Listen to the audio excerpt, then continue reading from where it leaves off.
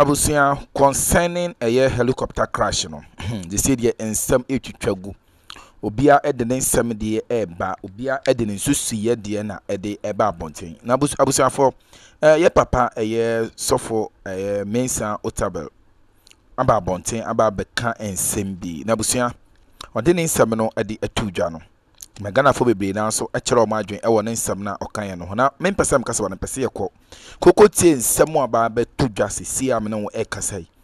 Nya efa helicopter crash woni ankofo bi atwere letter ankofo bi atwere de aba abonten a kyese ebimu esusu se allegedly ku bi eno mpese eba so eno nti ena some Npp Soldiers bi akote baabi abusua atumi adi helicopter no adi ne dwuma saa wedi ma mekasa anwa yenkoni tie nsem no mu ankasa enchemu na se bi na so wadwenche bi a bomode ne yache adwe hada so ye be media je bomode aso be subscribe amaye be boy notification bell no so for my podcast update yentie nsem no mu ankasa enchire mu emra sesi a yedamase Absia aye mpenimfo yi wo mo akowu ewo ewiem sha na se helicopter crash mu ewo oboase no eyade se Osofo Mensah Otabil Abel reacted to it adida ensem bi adi concerning sa crash yes na Mr. before aye betie die Osofo work and wahu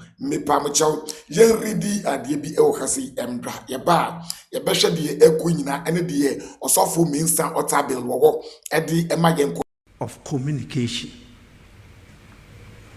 the usual channels of communication.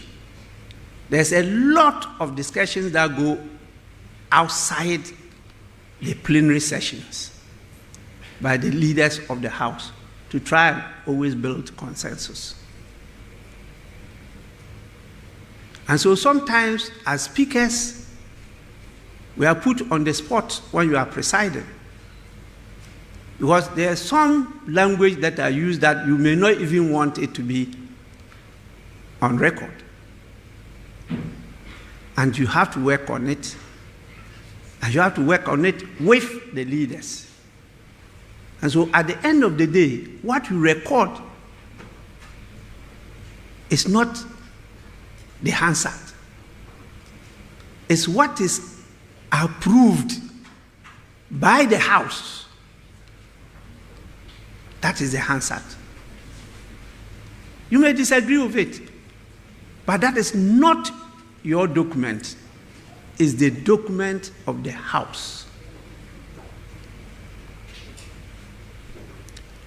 Don't also forget of permissive biases or prejudice. I'm speaking to all of you.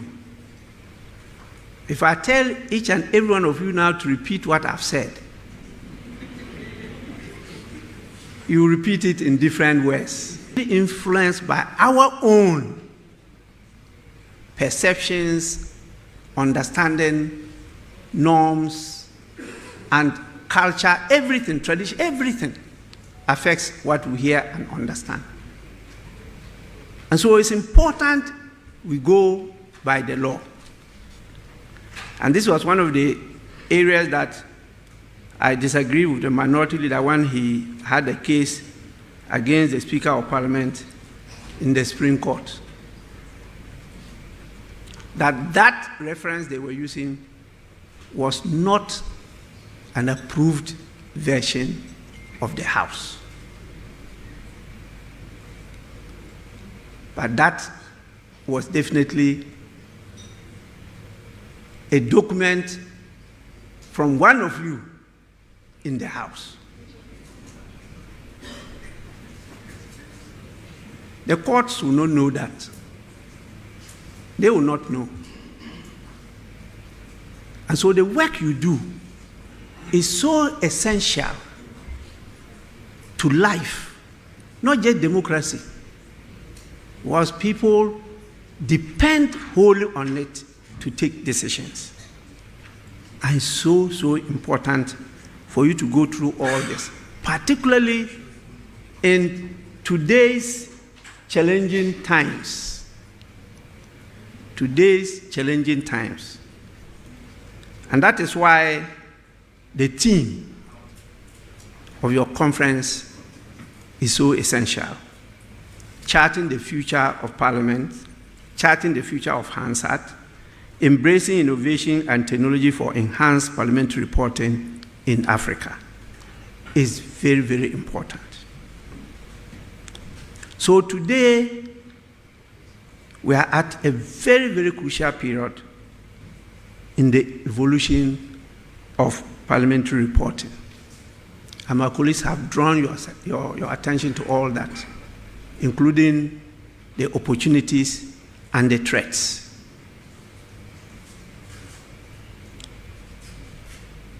This is not just a technological world. We are dealing with now high technology, not just technology, very high technology.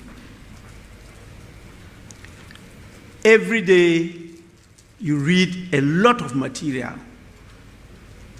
The percentage that is fake news or disinformation or misinformation is so great with what is happening. Not just AI, but you know all the software that has been developed. The program we are putting in place, and we've given those directives. The clerk is here.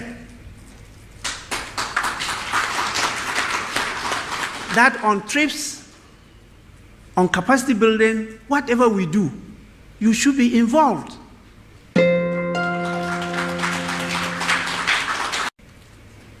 We want our local languages to be part of Hansard reporting. Please just look at the countries that have advanced. How many of those countries have developed using foreign languages? None. Because communication, what you tell people, to let them take decisions. And so all the countries that have developed their own languages, and they are using that in teaching, in everything. And that is what accelerates the developments in those countries. We are compelled, because of the accident of history, to be using a foreign language we always refer to as the official language. We are all speaking English here. And I'm not sure that we understand each other when we even speak the English. Well, my pronunciation is very different from your chair when he stood here with his very calm voice and spoke a type of English which is different from my English. But we come from the same source, and we're ruled by the same people. So are the other countries anyway. That is why Britain was called Great Britain. I don't know about today, whether it's still great or not. Again, across Africa, democratic institutions are growing stronger despite the occasional setbacks. Our citizens are demanding greater transparency, accountability, and responsiveness from Parliament. It's not just from members of Parliament, but from Parliament itself. The weakness of democracy in Africa is a reflection of the weakness of the institutions of Parliament in Africa. The parliamentarians are the people they elect. So the people put in you, they trust. For 4 years or 5 years, please, I'm depending on you to improve my livelihood. How you communicate to them is very important. But they are not looking at the individual Because you know the individual can just do a little. They are looking at the state institutions. And the institution that moves things in every democracy is the institution of parliament.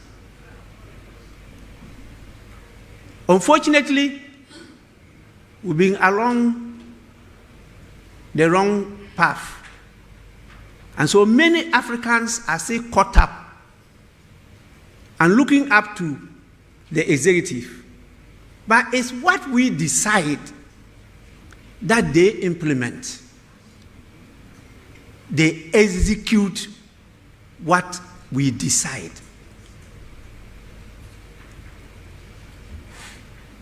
That is why the term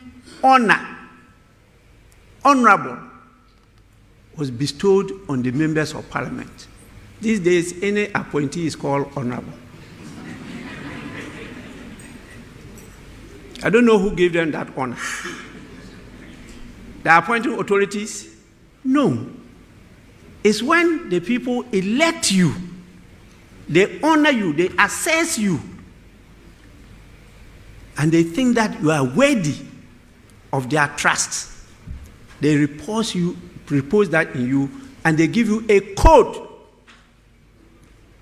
that today, this is how you have to behave in order to serve us efficiently and effectively. So your work in plenary and all level, not only conferences, but even committees and the rest. And that is why the new organogram of parliament has split you into some units. I know as of now, there are still some challenges. We have to fine-tune it. But it's important that you have the legislation office, which you have now. And it's important that we have the reporters, the official, and all those things. And we also upgraded your intake, the qualifications, eligibility to becoming a reporter in parliament. Not as before. I've been in parliament all these 33 years. I have not measured up to the longest serving member of parliament in the world. Who is that? Who knows the longest serving member of parliament? Winston Churchill. He was over 50 years.